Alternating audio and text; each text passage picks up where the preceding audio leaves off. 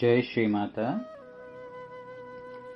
सर्वमंगलमांगल्ये शिवे सर्वार्थसाधिके शरण्ये त्र्यंबके देवी नारायणि नमोस्तुते। या देवी सर्वभूतेषु मातृरूपेण संस्थिता नमस्तस्यै नमस्तस्यै नमस्तस्यै नमो नमः। ನಮಸ್ತೆ. ನಾನು ಸುಬ್ರಹ್ಮಣ್ಯ, ಅಪ್ಪಾಜಿಯವರ ಮಗ. ನಮ್ಮಮ್ಮ ಗುರುಮಾತಾ ಭಾಗ್ಯಲಕ್ಷ್ಮಿ ಅವರ ಜೀವನ ಚರಿತ್ರೆಯನ್ನು ನೋಡ್ತಾ ಇದ್ವಿ. ಮೈಸೂರಿಗೆ ಬಂದಿದ್ದಾರೆ. ಪಟ್ಟಣದ ಹೊಸ ಪ್ರಪಂಚ, ಅಲ್ಲಿ ಸಂಸಾರದ ನೌಕೆ ಸಾಗ್ತಾ ಇದೆ. ಬೆಳಗ್ಗಿನ ನಿತ್ಯ ಕರ್ಮ, ಮನೆ ಕೆಲಸ, ಸಾಯಂಕಾಲ ಮನೆಯ ಪಾಠ, ಟ್ಯೂಷನ್, ಹೀಗೆ ಜೀವನ ಸಾಗ್ತಾ ಇದೆ. ಮನೆ ಪಾಠ, ಟ್ಯೂಷನ್ ಅತ್ಯಂತ ದಿನಕ್ಕೆ ದಿನಕ್ಕೆ, ವರ್ಷಕ್ಕೆ ವರ್ಷಕ್ಕೆ ಪ್ರೋಗ್ರೆಸ್ ಆಗಿ ಹೆಚ್ಚು ಹೆಚ್ಚು ಮಕ್ಕಳು ಸೇರ್ಕೋತಾ ಇದ್ದಾರೆ. ಅತ್ಯಂತ ಶ್ರದ್ಧೆಯಿಂದ ಎಲ್ಲದನ್ನು ಕಲಿತಾ ಇದ್ದಾರೆ ಹಾಗೂ ಅದು ನಡೀತಾ ಇದೆ. ಹಾಗೆ ಪ್ರತಿ ವರ್ಷವೂ ಎಕ್ಸಾಮ್ ಟೈಮಲ್ಲಿ ಒಂದು ಸರಸ್ವತಿ ಪೂಜೆಯನ್ನು ಮಾಡಿ ಎಲ್ಲ ಮಕ್ಕಳಿಗೂ ಅಪ್ಪ ಅಮ್ಮ ಇಬ್ಬರೂ ಆಶೀರ್ವಾದ ಮಾಡ್ತಾ ಇದ್ರು. ಚೆನ್ನಾಗಿ ಮಾಡ್ಕೊಂಬನ್ನಿ, ಆಶೀರ್ವಾದ ಮಾಡಿ ಸರಸ್ವತಿ ಪೂಜೆ ಮಾಡಿ ಎಕ್ಸಾಮ್ ಬರಲಿಕ್ಕೆ ಕಳಿಸ್ಕೊಡ್ತಾ ಇದ್ರು. ಆ ಎಕ್ಸಾಮ್ ಭಗವಂತ ಬಂದು ಬರಿತಾನ, ಪೂಜೆ ಯಾಕೆ ಅನ್ನುವ ಕ್ವಶನ್ಗೆ ನಮ್ಮಮ್ಮ ಹೇಳಿದ್ದು ಆನ್ಸರು, ಭಗವಂತ ಬಂದು ಎಕ್ಸಾಮ್ ಬರೆಯಲ್ಲಪ್ಪ, ಎಕ್ಸಾಮ್ ನೀನೇ ಬರೀಬೇಕು. ಆದರೆ ಆ ಭಗವಂತ ನಮಗೆ ಬುದ್ಧಿ ಶಕ್ತಿ ಎಲ್ಲವನ್ನೂ ಕೊಟ್ಟಿದ್ದಾನೆ. ಅವನು ಕೊಟ್ಟಿರೋದನ್ನ ನಾವು ಸರಿಯಾಗಿ ಉಪಯೋಗಿಸ್ಕೊಳ್ಳಕ್ಕೆ ಅವನ ಕೃಪೆನೇ ಬೇಕು. ಹಾಗಾಗಿ ಸರಸ್ವತಿ ಪೂಜೆ ಅದು ನಮ್ಮ ಮನಸ್ಸನ್ನ ಶಾಂತಗೊಳಿಸುತ್ತೆ. ಹಾಗಾಗಿ ಆತಂಕ, ಟೆನ್ಷನ್, ಎಕ್ಸಾಮ್ ಟೆನ್ಷನ್, ಈ ತರದ ಟೆನ್ಷನ್ಗಳು ಕಮ್ಮಿ ಆಗುತ್ತೆ. ಹಾಗಾಗಿ ಸರಸ್ವತಿಯ ಪೂಜೆ ಅದಕ್ಕೆ ಪ್ರತಿ ವರ್ಷ ಮಾಡಿ ಮಕ್ಕಳಿಗೆ ಅದೊಂದು ಭಗವಂತನ ಶಕ್ತಿನೂ ಇರಲಿ, ಇದನ್ನೇ ಭಗವಂತ ನೀವು ಹೋಗಪ್ಪ ಬರೆಯಪ್ಪ ಅಂತ ಹೇಳಿದ್ರೆ ಅವಕ್ಕೊಂದು ಧೈರ್ಯ ತುಂಬಿದಂಗಾಗುತ್ತೆ. ಹಾಗಾಗಿ ಸರಸ್ವತಿಯ ಪೂಜೆ ಅಂತ ಹೇಳ್ತಾ ಇದ್ದ ನಮ್ಮ. ಹಾಗಾಗಿ ಎಲ್ರಿಗೂ ತಮ್ಮ ಮಕ್ಕಳಿಗೆ ಹೇಗೆ ಆಶೀರ್ವಾದ ಮಾಡ್ತೀರೋ ಅದೇ ರೀತಿ ಆಶೀರ್ವಾದ ಮಾಡಿ ಎಕ್ಸಾಮ್ ಬರೆಯೋಕ್ಕೆ ಕಳಿಸ್ತಾ ಇತ್ತು. ಹೀಗೆ ನಡೀತಾ ಇತ್ತು. ನಿನ್ನೆಯ ಸಂಚಿಕೆಯಲ್ಲಿ ಒಂದು ಕ್ವಶನ್ನಲ್ಲಿ ಎಂಡ್ ಮಾಡಿದ್ದೆ. ಯಾವ ಕ್ವಶನ್ ಅಂದ್ರೆ, ಅಮ್ಮ ನೀನ್ ಏನೇ ಹೇಳಿದ್ರು ಅಪ್ಪ ಯಾಕೆ ಅಪೋಸ್ ಮಾಡ್ತಾರೆ ಅನ್ನುವ ಕ್ವಶನ್ ಅನ್ನ ನಮ್ಮಮ್ಮನ ಮುಂದೆ ಇಟ್ಟಿದ್ದೆ. ಅದಕ್ಕೆ ನಮ್ಮಮ್ಮನ ಉತ್ತರ ಹೀಗಿತ್ತು, ಅಲ್ಲ ಅಣ್ಣಯ್ಯ, ಅಪ್ಪ ಯಾಕಪ್ಪ ಅಪೋಸ್ ಮಾಡ್ತಾರೆ? ನೀನ್ ಯಾಕೆ ಹಾಗೆ ಅನ್ಕೊಂಡಿದ್ಯಾ? ನಾನು ಹೇಳಿದ್ದಕ್ಕೆಲ್ಲ ಅವರೆಲ್ಲ ಅಪೋಸ್ ಮಾಡ್ತಾರೆ. ಇಲ್ಲಮ್ಮ, ನೀನೇನ್ ಹೇಳಿದ್ರು ಅವ್ರು ಒಪ್ಪಲ್ವಲ್ಲ, ಅವ್ರು ಮತ್ತಿನ್ನೊಂದು ಹೇಳ್ತಾರೆ. ಅದಕ್ಕೆ ಮೀತ್ತೆ ನೀನ್ ಹೇಳ್ತೀಯ, ನೀನ್ ಎಲ್ಲಾ ರೀತಿಯಲ್ಲಿ ನೋಡಿದ್ರು ಕನ್ವಿನ್ಸ್ ಮಾಡೋ ತರನೇ ಕೇಳಿಸ್ತಾ ಇರುತ್ತಲ್ಲ. ಇಲ್ಲ ಮಗು, ಅದು ಹಾಗಲ್ಲ. ಒಬ್ಬೊಬ್ಬರ ವಾಯಸ್ಸು ಮತ್ತು ಹೇಳೋ ರೀತಿ ಬೇರೆ ತರ ಇರುತ್ತೆ. ಅದಕ್ಕೆ ನಿಂಗೆ ಹಾಗನ್ಸಿರ್ಬೋದು. ಅಪ್ಪ ಸ್ವಲ್ಪ ಸ್ಟ್ರೈಟ್ ಫಾರ್ವರ್ಡ್ನೆಸ್ ಇರೋಂತಹ ಮನುಷ್ಯ, ಸೊ ಹಾಗಾಗಿ ನಿಂಗೆ ಹಾಗೆ ಅನ್ಸಿರ್ಬೋದು. ಅದು ಯಾವತ್ತೂ ಅಪೋಸ್ ಮಾಡಿದ್ದಲ್ಲಪ್ಪ. ಅದು ಯಾವತ್ತೂ ಅಷ್ಟೇ ತಿಳ್ಕೊ, ನಾನ್ ಮಾತಾಡೋದು ನಮ್ಮ ಸಂಸಾರ ಚೆನ್ನಾಗಿರ್ಲಿ ಅಂತಾನೆ, ನಿಮ್ಮಪ್ಪ ಮಾತಾಡೋದು ನಮ್ಮ ಸಂಸಾರ, ಮಕ್ಕಳು, ಹೆಂಡತಿ ಚೆನ್ನಾಗಿರ್ಲಿ ಅಂತಾನೆ. ಸೊ ಹಂಗಂದ್ಮೇಲೆ ಇಲ್ಲಿ ಅಪೋಸ್ ಏನ್ ಬಂತು? ನಾನು ಯಾಕೆ ಅವ್ರನ್ನ ಕನ್ವಿನ್ಸ್ ಮಾಡಬೇಕು? ನಾನು ಮಾತಾಡೋ ರೀತಿ, ಅವ್ರು ಮಾತಾಡೋ ರೀತಿ ಸ್ವಲ್ಪ ಸ್ವಲ್ಪ ಬೇರೆ ಇರುತ್ತೆ. ನಾವು ಹೇಗ್ ಮಾತಾಡ್ತೀವಿ ಮುಖ್ಯವಲ್ಲ, ಏನ್ ಮಾತಾಡ್ತೀವಿ ಅನ್ನೋದನ್ನ ಮುಖ್ಯ ಅಷ್ಟೇ ಅಪ್ಪ. ಹಾಗೆಲ್ಲ ಮಾತಾಡೋ ರೀತಿಯಲ್ಲಿ ನಾವು ಹಾಗೆಲ್ಲ ಭಾವಿಸ್ಬಾರ್ದು. ನಿಮ್ಮಪ್ಪ ಅತ್ಯಂತ ಬುದ್ಧಿವಂತರು, ಎಲ್ಲ ತಿಳ್ಕೊಂಡಿರೋರು, ಅವರ ಮಾತು ಕೂಡ ತುಂಬಾ ಇಂಪಾರ್ಟೆಂಟು.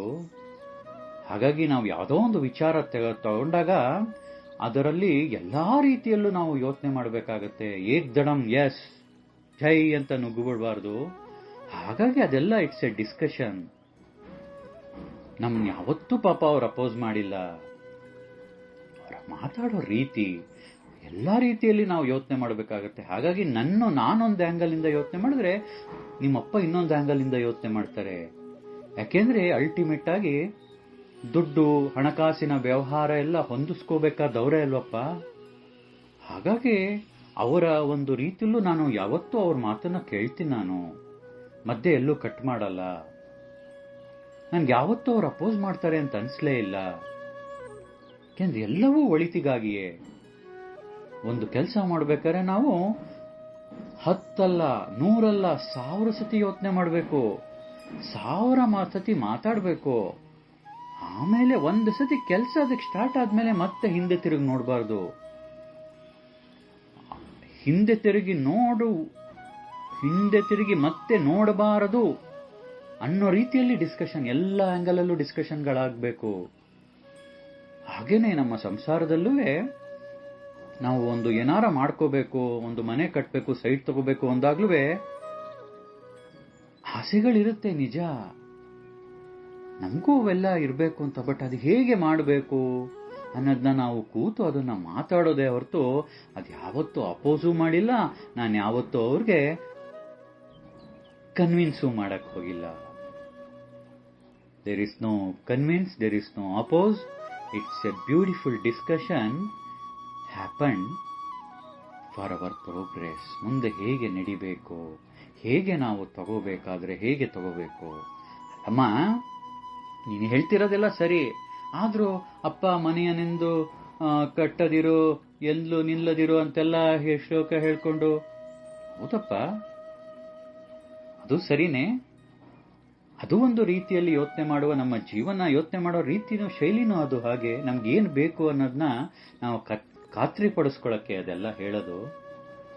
ಅದನ್ನ ಅಪೋಸ್ ಮಾಡ್ಕೊಂಡ್ ಬರಬಾರ್ದು. ಹಾಗೆ ಎಲ್ಲ ರೀತಿಯಲ್ಲೂ ಯೋಚನೆ ಮಾಡುವ ಒಂದು ಮಾರ್ಗ ಅದು. ಹಾಗಾಗಿ ನಿಮ್ಮಪ್ಪ ಭಾರಿ ಬುದ್ಧಿವಂತರು. ಅಯ್ಯೋ, ಅವ್ರನ್ನ ಕನ್ವಿನ್ಸ್ ಮಾಡಕ್ಕಾಗತ್ತೆ ನಾನು? ಆದ್ರೂ ಪಾಪ ನಾನು ಏನಾರ ಒಂದು ಹೇಳಿದ್ರೆ ನನ್ನ ಮಾತಿಗೆ ಇಲ್ಲ ಅಂತ ಅನ್ನಲ್ಲ. ಎಷ್ಟೇ ಮಾತಾಡಿದ್ರು ಕೊನೆಗೆ ಸಂಪೂರ್ಣ ಮನಸ್ಸಿನಿಂದ ಒಪ್ಕೋತಾರೆ. ಗೊತ್ತಾಯ್ತಾ? ನಿಮ್ಮಪ್ಪ ಭಾರಿ ಒಳ್ಳೆಯವರು. ನೀನೇ ಹಾಗೆಲ್ಲ ಅನ್ಕೊಂಡ್ಬಿಡ್ಬೇಡ. ನಿಮ್ಮಪ್ಪ ಒಂಚೂರು ಜೋರಾಗಿ ಮಾತಾಡ್ತಾರೆ, ಸ್ಟ್ರೈಟ್ ಫಾರ್ವರ್ಡ್ ಆಗಿ ಮಾತಾಡ್ತಾರೆ, ನಮ್ಮ ಅಮ್ಮಂಗೆ ಅಪೋಸ್ ಮಾಡ್ತಾರೆ ಅಂತೆಲ್ಲ ನಿನ್ನ ಮೈಂಡಲ್ಲಿ ಬರಬಾರ್ದಪ್ಪ. ತುಂಬಾ ಒಳ್ಳೆಯ ಮನುಷ್ಯ. ನಮಗೋಸ್ಕರ ಎಷ್ಟು ಕಷ್ಟ ಪಡ್ತಾ ಇದ್ದಾರೆ. ಅವ್ರಿಗೆ ಯಾವ ಸ್ನೇಹಿತರಿಲ್ಲ. ಆಫೀಸಿಂದ ಎಷ್ಟೊತ್ತಿಗೆ ಬಂದು ಇಲ್ಲಿ ಮಕ್ಕಳಿಗೆ ಆನಂದವಾಗಿ ಮನೆ ಪಾಠವನ್ನ ಹೇಳ್ಕೊಡ್ತಾ ಇದ್ದಾರೆ ಅಂತ ನನ್ನ ತಾಯಿ ನನಗೆ ಹೇಳ್ತಾಳೆ. 2 ನಿಮಿಷ ನನಗೆ ಯೋಚನೆ ಮಾಡುವಂತ ಪರಿಸ್ಥಿತಿ. ಯಾಕೆಂದ್ರೆ ನಾವು ನೋಡಿದ್ದು ಸತ್ಯ ಅನ್ಕೋತೀವಿ, ಕೇಳಿದ್ದು ಸತ್ಯ ಅನ್ಕೋತೀವಿ. ನೋಡಿದ್ದು ಸುಳ್ಳಾಗಬಹುದು, ಕೇಳಿದ್ದು ಸುಳ್ಳಾಗಬಹುದು, ಪ್ರಮಾಣಿಸಿ ನೋಡಿದಾಗ ನಿಜವು ತಿಳಿಯುವುದು. ಹಾಗೆ ಜೀವನದಲ್ಲಿ ಆ ನಮ್ಮಮ್ಮನ ಮಾತುಗಳು ನನಗೆ ಇದಕ್ಕೆ ಲಿಂಕ್ ಆಗ್ತಾ ಇದೆ. ಯಾವತ್ತೂ ನಮ್ಮಮ್ಮ ನಮ್ಮ ಅಪ್ಪಾಜಿನ ಬಿಟ್ಕೊಟ್ಟಿರ್ಲಿಲ್ಲ, ಯಾರ ಮುಂದೆನೂ ಅಷ್ಟೆ. ಹಾಗೆ ಅವರನ್ನ ಕನ್ವಿನ್ಸ್ ಮಾಡಿ, ಸಿದ್ಧಾಂತಗಳು ಬೇರೆ ಬೇರೆ ಇರುತ್ತೆ, ಕೂತ್ಕೊಂಡು ಮಾತಾಡಿ ಎಲ್ಲದನ್ನು ಬಗೆಹರಿಸಿ ಅಲ್ಟಿಮೇಟ್ಲಿ ನಮಗೇನ್ ಬೇಕು, ನಾವು ಯಾವ ಕಡೆ ಹೊರಟಿದೀವಿ, ನಾವು ಅದನ್ನ ಹೇಗೆ ಸಾಧನೆ ಮಾಡ್ಬೋದು ಅನ್ನೋದಷ್ಟೇ ನಮ್ಮ ತಲೆಯಲ್ಲಿರ್ಬೇಕು. ಯಾರು ಹೇಗೆ ಮಾತಾಡ್ತಾರೆ ಅನ್ನೋದು ಇಂಪಾರ್ಟೆಂಟ್ ಅಲ್ಲ ಅಂತ ಅವತ್ತು ಹೇಳಿದ್ದು ಇನ್ನೂ ನನ್ನಲ್ಲಿ ಕಿವಿಲ್ಗುಡ್ತಾ ಇದೆ. ಈಗ ನಾನು ಸಂಸಾರಸ್ಥ, ನನಗೂ ಅದು ಅನುಭವಕ್ಕೆ ಬರ್ತಾ ಇದೆ. ಯಾಕೆಂದ್ರೆ ನಮ್ಮ ತಾಯಿ ಏನೇ ಹೇಳಿರ್ಬೋದು, ಅಲ್ಟಿಮೇಟ್ಲಿ ನಾನು ಒಬ್ಬ ತಂದೆ, ಗಂಡ ಆದಾಗ್ಲೇ ಅದು ಹೌದು ನಮ್ಮಮ್ಮ ಹೇಳಿದ್ದು ಸತ್ಯ ಅಂತ ಅನ್ಸೋದು. ಹಾಗೆ ಅತ್ಯಂತ ಪತಿವ್ರತ ಶಿರೋಮಣಿ. ಯಾಕೆಂದ್ರೆ ಗಂಡನನ್ನ ಯಾರು ಚೆನ್ನಾಗಿ ಅರ್ಥ ಮಾಡ್ಕೊಂಡಿರ್ತಾರೋ ಅವರೇ ಪತಿವ್ರತೆ ಶಿರೋಮಣಿ. ಯಾವತ್ತೂ ನೋಡಿ, ಅಷ್ಟು ಮಾತಾಡಿದ್ರು ನಮ್ಮ ಯಾವ ರೀತಿಯಲ್ಲಿ ನಮ್ಮ ಅವತ್ತು ಹೇಳ್ಬಿಡ್ಬೋದಿತ್ತು, ಹೌದಪ್ಪ ನಿಮ್ಮಪ್ಪ ಒಂಚೂರು ಕೋಪಿಷ್ಟ ಹಂಗ್ ಮಾತಾಡ್ತಾರೆ ಬಿಡ, ತಲೆ ಕೆಡ್ಸ್ಕೋಬೇಡ ಅಂತ ಮುಗಿಸ್ಬಿಡ್ಬೋದಿತ್ತು conversation. Because I love my mother like that. ಇನ್ನು ನಮ್ಮ ಮಗ ನನ್ನನ್ನು ಜಾಸ್ತಿ ಇಷ್ಟಪಡ್ಲಿ ಅಂತ ಹೇಳ್ಬಿಡ್ಬೋದಿತ್ತು. ಆದ್ರೆ ತಾಯಿಯ ಗುಣ ಅದು, ತಾಯಿಯ ಗುಣ ಆ ರೀತಿ ಇದೆ. ನಾನು ಒಂಚೂರು ಎತ್ಕೊಡ್ತಾ ಇದ್ದೆ, ಅವ್ರು ಹಾಗೆ ಮಾತಾಡ್ತಾರಲ್ಲ ಹೀಗೆ ಮಾತಾಡ್ತಾರೆ, ಯಾವುದೇ ರೀತಿ ಒಂದು ಸೆಂಟೆನ್ಸ್ ಅಲ್ಲ, ಒಂದು ಪದ ಕೂಡ ಅವ್ರ ಬಗ್ಗೆ ನೆಗೆಟಿವ್ ಆಗಿ ಹೇಳಲಿಲ್ಲ ನಮ್ಮಮ್ಮ. ಇನ್ನೂ ಅವ್ರನ್ನೇ ಅಪ್ಪಾಜಿನೇ ಸಪೋರ್ಟ್ ಮಾಡ್ಕೊಂಡು ಮಾತಾಡಿದ್ರು, ಅವರೇ ಸರಿ ಅನ್ನೋ ರೀತಿಯಲ್ಲಿ ಮಾತಾಡಿದ್ರು. ಹೀಗೆ ಅವರ ಕಾನ್ವರ್ಸೇಷನ್ನು ಅತ್ಯಂತ ಕುತೂಹಲ ಮತ್ತು ಸ್ವಾರಸ್ಯಕರವಾಗಿದ್ರೂ ಕೂಡ ಅದರ ತೂಕ ಏನು ಅನ್ನೋದಕ್ಕೆ ಈ ಮಾತನ್ನ ಇಲ್ಲಿ ತಿಳಿಸ್ಬೇಕಾಯ್ತು. ಹಾಗೆ ಮುಂದುವರಿಯುತ್ತೆ. ಸೊ ಅಪ್ಪಾಜಿ ಒಂದು ಸತಿ ಇಬ್ರು ಕೂತು ಹೀಗೆ ಮಾತಾಡಿ ಒಪ್ಪಿಗೆ ಆದ್ಮೇಲೆ ಅಲ್ಲಿ ಮತ್ತೆ ಕ್ವಶನ್ಗಳು ಬರಲ್ಲ, ಹೇಗ್ ಮಾಡೋದಷ್ಟೇ ಅನ್ನೋದನ್ನೇ ಯೋಚನೆ ಮಾಡ್ತಾ ಇರ್ತಾರೆ. ಹಾಗೆ ಮುಂದುವರೆದು ಈಗ ನಾವಿರುವ ಹಿನ್ಕಲ್, ಈಗ ಆಶ್ರಮನೂ ಆಗಿದೆ. ಆ ಸ್ಥಳವನ್ನ ಅಪ್ಪಾಜಿ, ಇದು ಬ್ಯಾಂಕ್ ಕಾಲೋನಿ ಅಂತ, ಬ್ಯಾಂಕ್ ಕಾಲೋನಿ ಮಾಡಿದವ್ರಿಗೆ ಇದೊಂದೇ ಸೈಟ್ ಉಳಿದಿತ್ತು. ನಮ್ಮ ಹೆಸರಲ್ಲಿ ಇತ್ತು ಅನ್ಸುತ್ತದು, ಋಣದಲ್ಲಿ ಈ ಸೈಟ್ ಆಯ್ತು. ಹಾಗೂ ಮನೆ ಕಟ್ಟಬೇಕು ಅಂತ ಹೊರಟಾಗ ಲೋನ್ಗೆಲ್ಲ ಅಪ್ಲೈ ಮಾಡಿದ್ದಾರೆ ಅಪ್ಪ. ಫೌಂಡೇಶನ್ ಒಂದು ಸ್ವಲ್ಪ ದುಡ್ಡಿತ್ತು, ಫೌಂಡೇಶನ್ ಸ್ಟಾರ್ಟ್ ಮಾಡಿದ್ದಾರೆ. ಆದ್ರೆ ಫೌಂಡೇಶನ್ ಮುಗ್ಸಕ್ಕೆ ದುಡ್ಡು ಬೇಕಾಗಿತ್ತು. ಬ್ಯಾಂಕ್ ಅವ್ರು ಕೇಳಿದ್ರೆ, ಇಲ್ಲ ನೀವು ಫೌಂಡೇಶನ್ ಮುಗಿಸಿ ಆಮೇಲೆ ಮಿಕ್ಕಿದ್ನ ರಿಲೀಸ್ ಮಾಡ್ತೀವಿ, ಹಾಗ ಒಟ್ಟಿಗೆ ಕೊಡಕ್ಕಾಗಲ್ಲ ಅಂತಂದ್ರು. ಈಗೇನ್ ಮಾಡೋದು, ಫೌಂಡೇಶನ್ ಸ್ಟಾರ್ಟ್ ಮಾಡ್ಬಿಟ್ಟಿದೀವಿ, ಮುಗ್ಸಕ್ಕೆ ದುಡ್ಡಿಲ್ಲ, ಏನ್ ಮಾಡೋದು ಅಂತ ತಕ್ಷಣ ನಮ್ಮಮ್ಮ ಕೈಯಲ್ಲಿದ್ದ ಬಳೆ, ಓಲೆ, ಚಿನ್ನದ ಸರ, ತಾಳಿ ಸರ ಒಂದು ಬಿಟ್ಟು ಎಲ್ಲ ಬಿಚ್ಚಿಟ್ಟು, ರೀ ಯಾಕೆ ಯೋಚನೆ ಮಾಡ್ತೀರಾ, ತಗೊಳ್ಳಿ, ನಮ್ಮನೆಗೆ ತಾನೆ, ಇದೇನು ಆಭರಣ ಯಾವತ್ತಾರೋ ಇದು ಮಾಡ್ಕೋಬೋದು, ಇದೇನು ಹಾಕೊಂಡೇ ಇರಕ್ಕಲ್ಲ, ನೀವು ಇದನ್ನ ಒಂದು ಅಡ ಇಟ್ಟು ಅದೇನಾಗುತ್ತೋ ಇದು ಮಾಡಿ, ಅದು ಬಂದ್ಮೇಲೆ ಬಿಡಿಸ್ಕೊಂಡ್ರಾಯ್ತು, ಯಾಕೆ ಇದು ಮಾಡ್ಕೊಳ್ತೀರ ತಕ್ಷಣ ಹೇಳಿ ಪ್ರಾರಂಭ ಆಗತ್ತೆ. ಮನೆ ಕಟ್ಟೋದು ಯಾವತ್ತಿನ ಸುಲಭ ಮಾತಲ್ಲ, ಯಾಕೆಂದ್ರೆ ಅದರ ರೀತಿಯಾದ ತೊಂದರೆಗಳು ಉಂಟಾಗುತ್ತಾನೆ ಇರುತ್ತೆ. ಆದರೆ ಯಾವತ್ತೂ ಇಬ್ಬರು ಹಿಂದೆ ತಿರುಗಿ ನೋಡಲಿಲ್ಲ. ಅದಕ್ಕೆ ತಕ್ಕಂಗೆ ನಮ್ಮಮ್ಮ ಎಲ್ಲದಕ್ಕೂ ಸಪೋರ್ಟ್ ಮಾಡಿ ಏನ್ ಮಾಡ್ಬೋದು ಅದನ್ನ ಯೋಚನೆ ಮಾಡಿ, ಭಗವಂತನ ದಯೆ ಮನೆ ಕಂಪ್ಲೀಟ್ ಆಗುತ್ತೆ. ಮನೆಯಲ್ಲಿ ಹಲವಾರು ತೊಂದರೆ ಬರ್ತಾ ಇತ್ತು, ಅದಿದ್ದೇ ಇರುತ್ತೆ. ಆಗ ನಾವು ಶಬರಿಮಲೆಗೆ ಹೋಗ್ತಾ ಇದ್ವಿ, ನಾನು ನಮ್ಮ ಅಪ್ಪಾಜಿ. ಆಗ ನಮ್ಮಮ್ಮ ಹೇಳ್ಕಳಿಸೋರು, ಶಬರಿಮಲೆ ಅತ್ಯಂತ ಪುಣ್ಯಕ್ಷೇತ್ರ, ಹೋಗಿ ಬನ್ನಿ. ಈ ವರ್ಷ 1998 ಹೋಗಿತ್ತು, ನಾವು ಹೋಗ್ತಾನೆ ಇದ್ವಿ. ಆ ವರ್ಷ ವಿಶೇಷವಾಗಿ ನಮ್ಮಮ್ಮ ಮನೆ ಕಟ್ತಾ ಇದೀವಿ ಅಣ್ಣಯ್ಯ ಅಂದ್ಬಿಟ್ಟು ಆ ಅಯ್ಯಪ್ಪ ಸ್ವಾಮಿನಲ್ಲಿ ಭಕ್ತಿಯಿಂದ ಕೇಳ್ಕೊಂಬನ್ನಿ ಅಂತ ನನಗೆ ಮತ್ತೆ ಅಪ್ಪಂಗೆ ಹೇಳಿ, ಅದು ವಿಶೇಷವಾದ ಒಂದು ಕಾಯನ್ನ ಕೊಡ್ತಾರೆ ನಮಗೆ. ಅಲ್ಲಿ ಅಯ್ಯಪ್ಪ ಸ್ವಾಮಿಯ ಮುಂದೆ ಕಾಯನ್ನು ಹೊಡೆದು ಕೇಳ್ಕೊಂಬನ್ನಿ ಅಂತ. ಹಾಗೆ ಅವರ ಮಾತಿನಂತೆಯೇ ನಾವು ಅವತ್ತು ಆ ಶಬರಿಮಲ ಯಾತ್ರವನ್ನ ಮಾಡಿ ನಾವೆಲ್ಲ ಹೋಗ್ತಾ ಇದ್ವಿ. ನಾವು, ನಮ್ಮ ಚಿಕ್ಕಪ್ಪ, ನಮ್ಮ ಪರಿವಾರನೇ ಹಾಗೆ ಎಲ್ಲರೂ ಭಕ್ತಿ ಪ್ರಧಾನವಾದಂತಹ ಹಾಗೂ ಧಾರ್ಮಿಕ ಪ್ರಧಾನವಾದಂತಹ ಕುಟುಂಬ. ನಮ್ಮ ಚಿಕ್ಕಪ್ಪ, ಮಾವಂದ್ರು, ಎಲ್ಲರೂ ಅಷ್ಟೇ, ಎಲ್ಲರೂ ಹೊರಟ್ವಿ. ನಮ್ಮ ಕಸಿನ್ಸ್ಗಳು ಎಲ್ಲರೂ ಜೊತೆಗೆ ಹೋಗ್ತಾ ಇದ್ವಿ, ಜೊತೆಗೆ ಹೋದ್ವಿ. ಅಲ್ಲಿ ವಿಶೇಷವಾಗಿ ಆ ತೆಂಗಿನಕಾಯಿನ ಹೊಡೆದು ಪ್ರಾರ್ಥನೆ ಮಾಡಿ ಆ ಬೆಟ್ಟದಿಂದ ಬಂದು ಮಾಲೆ ವಿಸರ್ಜನೆ ಮಾಡಿ ಬರ್ತೀವಿ. ಮನೆಗೆ ಬೇಕಾದಂತಹ ಡಾಕ್ಯುಮೆಂಟೇಶನ್ ಆಗಿರ್ಬೋದು, ಮತ್ತೊಂದು ಎಲ್ಲ ಕ್ಲಿಯರ್ ಆಗಿದೆ ರೀ, ಏನು ಯೋಚನೆ ಇಲ್ಲ, ಇನ್ನು ಆನಂದವಾಗಿ ಎಲ್ಲದು ಮುಗಿಯುತ್ತೆ ಅಂತ ನಮ್ಮಮ್ಮ ಹೇಳ್ತಾರೆ. ಆಗ ಅಯ್ಯಪ್ಪ ಸ್ವಾಮಿನ ನೆನೆಸ್ಕೊಂಡು, ಅದಕ್ಕೆ ನಮ್ಮ ಮನೆಯ ಹೆಸರು ಕೆಳಗಡೆ ನೋಡಿದ್ರೆ ಮಣಿಕಂಠ ಅಂತ ಇಟ್ಟಿದ್ವಿ. ಹಾಗೆ ಅಂದ್ರೆ ನಮ್ಮ ಜೀವನದುದ್ದಕ್ಕೂ ಯಾವ್ದಾರ ಒಂದು ರೀತಿಯಲ್ಲಿ ನಮ್ಮಮ್ಮ ಪೂಜೆ ಪುನಸ್ಕಾರ, ಅದಕ್ಕೆ ಮನೇಲಿ ಬಂದವ್ರು ಕೇಳ್ತಾರೆ, ಅಲ್ಲ ಹೇಗೆ ನೀವೇನು ತಮಿಳಿಯನ್ನಲ್ಲ, ಹಾಗಾಗಿ ನಿಮ್ಮ ತುಂಬಾ ಆರಾಧ್ಯ ದೇವನು ಅಯ್ಯಪ್ಪ ಸ್ವಾಮಿ ಅಲ್ಲ, ಆದ್ರೂ ಮಣಿಕಂಠ ಅಂತ ಇಟ್ಟಿದಿರಲ್ಲ ನಿಮ್ಮ ಮನೆಗೆ ಅಂದ್ರೆ ಇದೇ ಕಾರಣ. ಯಾಕೆಂದ್ರೆ ಯಾವ ರೀತಿಯಲ್ಲಿ ಅವತ್ತು ನಮ್ಮ ತಾಯಿ ಹೇಳಿದ್ಲೋ ಆ ರೀತಿಯಲ್ಲಿ ಅವನು ಆ ದಾರಿಯನ್ನ ತೋರಿಸಿ ಭಗವಂತ ಕ್ಲಿಯರ್ ಮಾಡಿಕೊಟ್ಟ. ಹಾಗಾಗಿ ಅದಕ್ಕೆ ನಮ್ಮ ಗ್ರಾಟಿಟ್ಯೂಡ್ ತೋರಿಸ್ಬೇಕಲ್ವಾ, ಅದ್ಯಾವತ್ತೂ ನಮ್ಮ ಕರ್ತವ್ಯ. ಅದು ನಮ್ಮ ದೇಶದ ನಮ್ಮ ತಾಯಿ ಹೇಳ್ಕೊಟ್ಟ ಸಂಪನ್ಮೂಲ. ಯಾರ ಒಬ್ರು ಏನಾರ ಒಂದು ಮಾಡಿದಾಗ ಭಗವಂತ ನಮಗೆ ಆ ದಾರಿಯನ್ನು ತೋರಿಸ, ಎಸ್ ನಾವು ಅದನ್ನು ನೋಡಿದಾಗಲೆಲ್ಲ ನಾವು ನೆನೆಸ್ಕೋತೀವಿ, ಮಣಿಕಂಠ ನಮ್ಮನೆಯ ಹೆಸರು. ಹಾಗೆ ಮನೆ ಮುಗಿಯುತ್ತೆ ದೇವರ ಕೃಪೆಯಿಂದ ಅತ್ಯಂತ ಚೆನ್ನಾಗಿ, ಎಲ್ಲವೂ ಏನು ಸುಸೂತ್ರವಾಗಿ ಆಗುತ್ತೆ. ಗೃಹ ಪ್ರವೇಶ ಕೂಡ ಆಗುತ್ತೆ. ಗೃಹ ಪ್ರವೇಶ ಆದ್ಮೇಲೆ ಈಗೇನು ಮನೇನೂ ಕಟ್ಟಾಯ್ತು, ಹೊಸ ಮನೆ. ಈಗಿದ್ದಿದ್ದು ತುಂಬಾ ಚಿಕ್ಕ ಮನೆ ಇತ್ತು ಅವಾಗ, ಬಾಡಿಗೆ ಮನೆ ಬೇರೆ ಇದ್ದಿತ್ತು ಇಟ್ಕೆಗೂಡಲ್ಲಿ. ಶಿಫ್ಟ್ ಆಗ್ಬಿಡಣ್ವೇ ಅನ್ನುವ ಒಂದು ವಿಚಾರ ಬಂದಾಗ ನಮ್ಮಮ್ಮ ಹೇಳ್ತಾರೆ, ಇಲ್ಲ ಖಂಡಿತ ಬೇಡ. ಯಾಕೆಂದ್ರೆ ಅಪ್ಪ ಅಲ್ಲಿಂದ ಬಸ್ ಸ್ಟ್ಯಾಂಡಿಗೆ ಸ್ವಲ್ಪ ದೂರ ಆಗತ್ತೆ, ಓಡಾಡ್ಲಿಕ್ಕೆ ಭಾರಿ ಕಷ್ಟ ಆಗತ್ತೆ ಅಪ್ಪನಿಗೆ. ನಂಗೇನು ಹಾಗಿಲ್ಲ ಏನಿಲ್ಲ ಕಣೆ, ಓಡಾಡ್ಕೋತೀನಿ, ನನಗೆ ಕಷ್ಟ ಆದ್ರೂ ಪರವಾಗಿಲ್ಲ, ದೊಡ್ಡ ಮನೆ, ನೀವುಗಳು ಚೆನ್ನಾಗಿರಿ ಅಂತ ಅಪ್ಪ ಹೇಳ್ತಾರೆ. ಇಲ್ಲ ಇಲ್ಲ ಇಲ್ಲ ಇಲ್ಲ, ಅದು ಹಾಗಾಗಲ್ಲ.